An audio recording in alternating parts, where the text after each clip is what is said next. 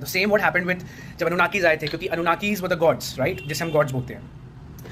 उन्होंने Demi God's को काम पे लगाया था गोल्ड एक्सट्रैक्शन के लिए, ठीक है। रीजन भी उन्हें अपना प्लैनेट बचाना था। एंड जब डेमी गॉड्स भी वो काम नहीं कर पाए, क्योंकि जो गोल्ड था वो बस फ्रेगमेंटेड मतलब बहुत तितर बितर स्कैटर्ड क्वांटिटी में है अर्थ पे। इसकी पहली शुरुआत अफ्रीका से हुई थी। अफ्रीका में एक एडम्स कैलेंडर करके जगह हुआ करती जहाँ पे गोल्ड एक्सट्रैक्शन हुआ करता था, और आज भी वो जगह वहाँ पे है।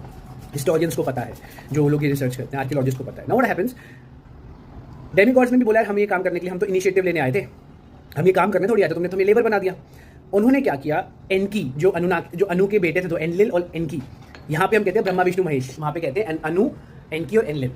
जो एनकी था ना, एंड उससे शिकायत करी कि भाई हम नीचे नहीं कर पा रहे काम, we need another race, a lower class race, a labour race. उन्होंने क्या किया, ह्यूमनॉइड्स बनाए।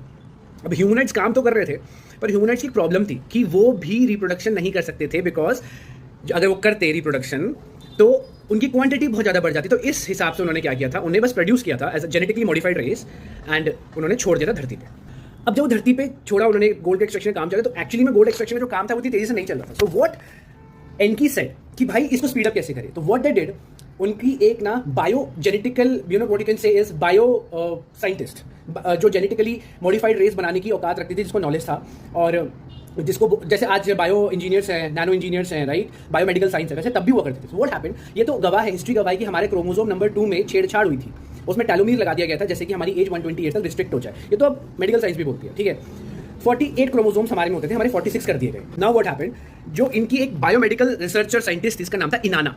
So what इनाना did, इनाना genetically modified जब ह्यूमन बींग्स बन रहे थे गार्डन ऑफ ईडन में, ठीक है, गार्डन ऑफ ईडन में एक कंपाउंड था, रिसर्च लैब्स हुआ करती थी जहाँ पे सब काम होते थे। जब उन्होंने वहाँ पे इन्फ्यूज़ किया ह्यूमनॉइड्स को with the technique of bio engineering and all, इनाना she was the one जिसने ह्यूमन बींग्स को रिप्रोडक्शन की कैपेसिटी दी, कैपेबिलिटी, ठीक है, कि भाई now human beings can reproduce. तो गोल्ड एक्सट्रैक्शन का काम क्या जल्दी बढ़ेगा, क्योंकि लेबर बढ़ेगी, वो खुद को पॉपुलेट कर पाएंगे। एंड उसके बाद क्या होता है, जब वो पॉपुलेट कर जाते हैं, वो एडवांस हो जाते हैं, उन्हें छोड़ के चला जाता है ह्यूमनॉइड्स को। And when they came back after 3600 years, what happens, they saw कि भाई ये तो कुछ ज़्यादा एडवांस हो गया, और वहाँ से कहानी शुरू होती है टावर ऑफ बेबल की, ठीक है, जिगरात स्ट्रक्चर की। ये मैं फिर किसी वीडियो बनाऊंगा। सो दैट इनाना की अगर आप फोटो देखो जाके मेसोपोटामियन कल्चर में, टैबलेट्स में, तो वो दुर्गा माता की तरह शेर पे बैठी है और शेर बगल में है। दैट इज वाई वो कहानी तब से चली आ रही है जिसे बोला गया जननी। हमारे यहाँ उसको दुर्गा माता बोला जाता है, हमारे यहाँ दुर्गा माता की पूजा की जाती है, उनको दुर्गा माता बोला जाता है, कहानी वही है जननी। उधर इनाना बोला जाता है, कहानी वही है जननी। दैट इज द रीजन सारे कल्चर्स में स्टोरी सेम है, डिफरेंट लैंग्वेजेस हैं, क्योंकि ये भी इंटेंशनली किया गया था by the Anunnaki, so that we can not propagate, we can not develop as we can not communicate.